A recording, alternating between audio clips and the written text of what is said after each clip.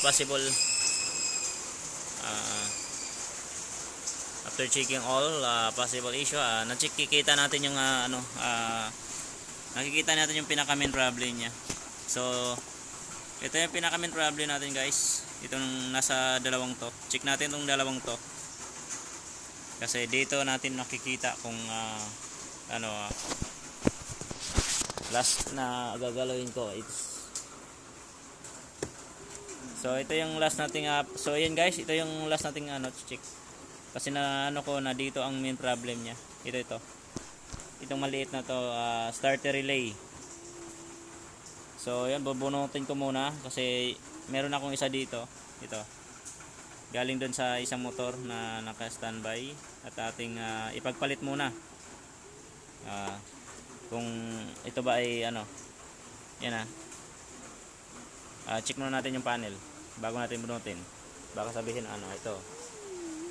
On natin. On. Then on natin yung knob niya. Naiikot siya. So ayun, wala pa ring response sa panel niya. So open na natin. Ayan. Tapos balik tayo dito. Ay. Mahirap yun. Hawak mo daddy. Tapat dito. So bunot natin at meron tayong tagahawak ng camera. Iwan ko kung saan nakatutok yan. Kasi importante dito. So ito yung ating papalitan, yung starter relay. So ayan. Ito yung tapos ito yung bago. Hindi totally siya bago. Galing to sa kabilang motor. So lipat natin. Salpak natin siya. Kung paano yung tinanggal, dapat ganun din. Okay.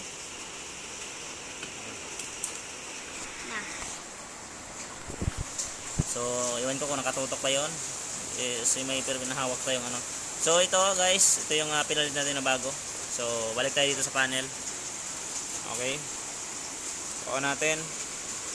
Pindot. Okay.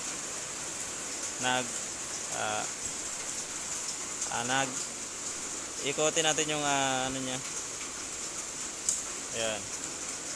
Tapos ayun. So ayan guys, ayun naging problema. Okay, naka-on na. Ayan, buhay na kayong panel Tapos start. Ayan, umandar na yan guys. Yan lang naging problema guys. So sa mga ganitong senaryo, share and please like and share. Share nyo na rin sa mga tropa or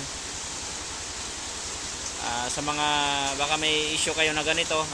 Try nyo to i-check mga sir dahil isa rin to sa kaysa ipunta pa natin sa mga medyo mahal. Yan.